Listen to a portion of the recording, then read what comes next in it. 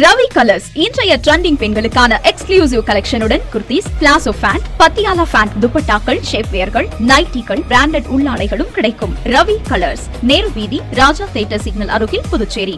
வணக்கம். முக்கிய செய்திகள். புதுச்சேரியில் மார்ச் 27ஆம் தேதி நிறைவடைந்த சட்டமன்ற கூட்டத்தொடர். வெறிச்சோடி காணப்படும் சட்டசபை வளாகம். புதுச்சேரியில் வெப்ப தாக்கம் அதிகரிப்பு. சாலையை கடந்து செல்ல அவதிக்குள்ளாகும் பொதுமக்கள். லஞ்சம் கேட்ட புகாரில் பணியிடை நீக்கம் செய்யப்பட்ட போக்குவரத்து உதவி ஆய்வாளர். தீவிர விசாரணையில் ஈடுபட்டுள்ள லஞ்ச ஒழிப்பு காவல்துறையினர். திருக்கணித பஞ்சாங்கம் படி பெயர்கிறார் சனீஸ்வர பகவான். திருநள்ளாறு ஆலயத்தில் குவிந்த ஆயிரக்கணக்கான பக்தர்கள்.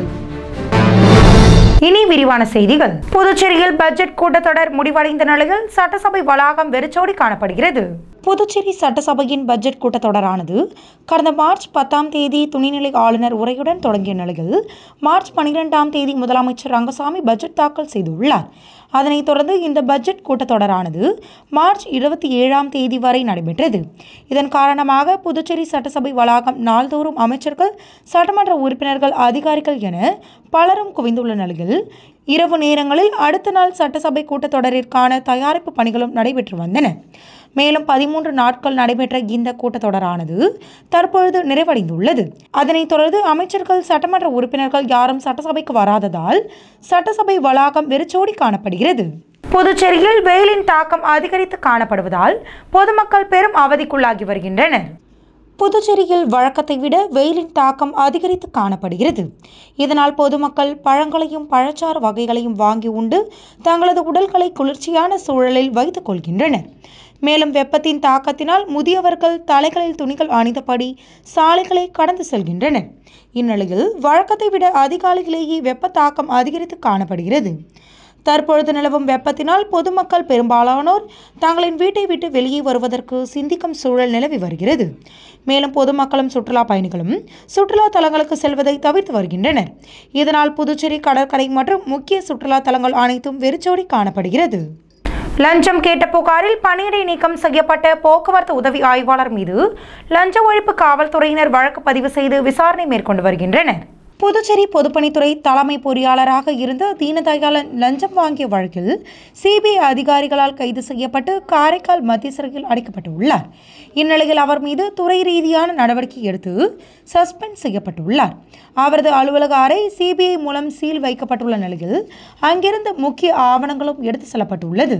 இந்நிலையில் பொதுப்பணித்துறை தலைமை பொறியாளராக வீரசெல்வம் நியமிக்கப்பட்டுள்ளார். அதனைத் தொடர்ந்து புதுச்சேரி பொதுப்பணித்துறை கண்காணிப்பு பொறியாளர் பதவி வகிக்கும் வீரசெல்வம் கூடுதல் பொறுப்பாக தலைமை பொறியாளராக நியமிக்கப்பட்டுள்ளார்.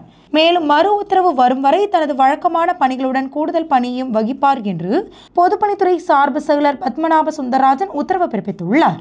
திருக்கணித பஞ்சாங்கம் படி சனீஸ்வர பகவான் கும்பராசியில் இருந்து மீனராசிக்கு பெயரும் நிலையில் திருநள்ளாறு சனீஸ்வர பகவான் ஆலயத்தில் ஆயிரக்கணக்கான பக்தர்கள் சுவாமி தரிசனம் செய்து வருகின்றனர். திருக்கணித பஞ்சாங்கப்படி மார்ச் 29ஆம் தேதி சனீஸ்வர பகவான் கும்பராசியில் இருந்து மீனராசிக்கு பெயர்கிறார் என்று தெரிவிக்கப்பட்டுள்ளது.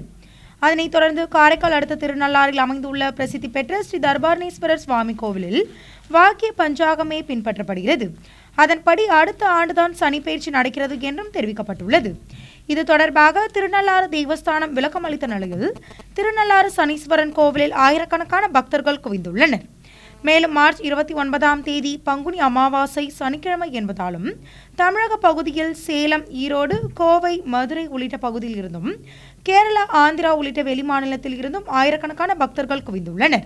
தினசரி ஸ்ரீ சனி பகவானுக்கு நடைபெறும் அபிஷேகமும் வெள்ளிக்கவசம் அலங்காரத்தில் மகா தீபாரதனையும் நடைபெற்றது.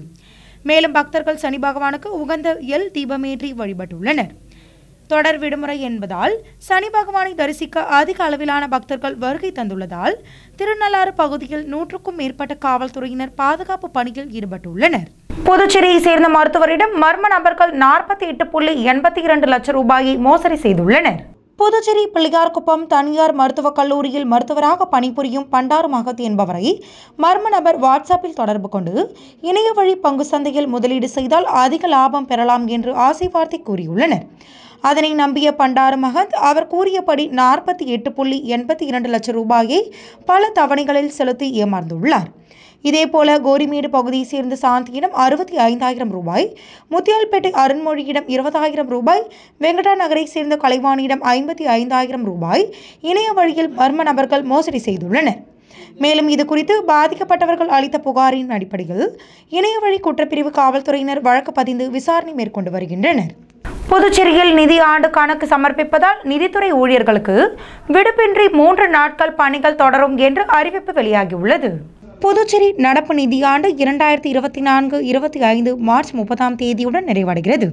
அதனைத் தொடர்ந்து கணக்கு மற்றும் கருவூலத்துறை உட்பட அனைத்து நிதித்துறையின் பிரிவுகளிலும் மார்ச் 29ஆம் தேதி, மார்ச் 30ஆம் தேதி மற்றும் மார்ச் 31ஆம் தேதி ரம்ஜான் தினமான ஆகிய 3 நாட்களும் செயல்படும் என்றும், இந்த நிதி ஆண்டிற்கு வழங்கப்பட்ட நிதியின் அளவிற்கு செலவுகள் விவரம் பதிவு செய்வது உட்பட பட்ஜெட் செயல்முறையை அரசு துறைகள் முடிக்க இது வசதியாக இருக்கும் என்றும், மேலும் நிதித்துறை மற்றும் கணக்கு மற்றும் கருவூலத்துறை அனைத்து பிரிவுகளின் அதிகாரிகள் மற்றும் பணியாளர்கள் மார்ச் 29ஆம் தேதி முதல் வருகின்ற மார்ச் 31ஆம் தேதி வரை பொது விடுமுறை நாட்களில் தவறாமல் அலுவலகத்திற்கு வர வேண்டும் என்றும், இந்த விடுமுறை நாள் பணிக்கு பதிலாக நடைமுறையில் உள்ள விதிகளின்படி ஏப்ரல் 2025ஆம் மாதத்தில் 3 நாட்களுக்கு ஈடு செய்யும் விடுப்பு பெறலாம் என்றும் நிதித்துறை சார்பு செயலர் சிவகுமார் உத்தரவு பிறப்பித்துள்ளார்.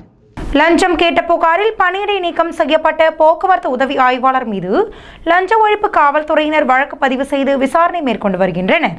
விழுப்புரம் மாவட்டம் குயிலாம்பாளையத்தை சேர்ந்த செந்தில் உள்ளிட்ட 3 பேர் ஒரே வாகனத்தில் கடந்த பிப்ரவரி 12ஆம் தேதி சென்றதனை தொடர்ந்து அவர்கள் புதுச்சேரி பகுதியில் சென்றபோது சாலையோரத்தில் நின்றிருந்த லாரியின் மீது அவர்களது இருசக்கர வாகனம் மோதி விபத்துக்குள்ளானது. அதில் 3 சம்பவ இடத்திலேயே உயிரிழந்துள்ளனர். மேலும் இவ்விபத்து குறித்து வில்லியனூர் போக்குவரத்து காவல்துறையினர் வழக்கு பதிந்ததனை தொடர்ந்து வழக்கில் முதல் தகவல் அறிக்கை நகலை விபத்தில் உயிரிழந்த செந்திலின் சகோதரர் முத்து கோரியுள்ளார்.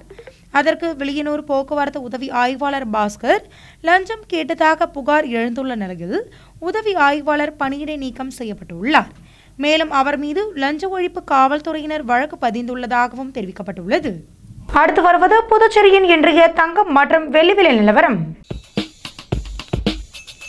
இன்றைய தங்கம் வெள்ளி விலை விவரம். புதுவையில் இன்றைய தங்கம் வெள்ளி விலை விவரம் வழங்குபவர்கள் முத்து கோல்ட் ஹவுஸ், பாண்டிச்சேரி. தங்கம் 1 கிராம் 8,360 ரூபாய். இன்றைய தங்கம் வெள்ளி விலை விவரம். வெள்ளி 10 கிராம் 1,100 ரூபாய். இத்துடன் ஏஎம்என் செய்திகள் நிறைவடைந்தன. வணக்கம். உங்கள் ஏஎம்என் டிவி செய்திகளை யூடியூபில் உடனுக்குடன் காண ஏஎம்என் டிவி பாண்டிச்சேரி சேனலை சப்ஸ்கிரைப் செய்யுங்கள். பெல் பட்டனை மறக்காமல் கிளிக் செய்யுங்கள்.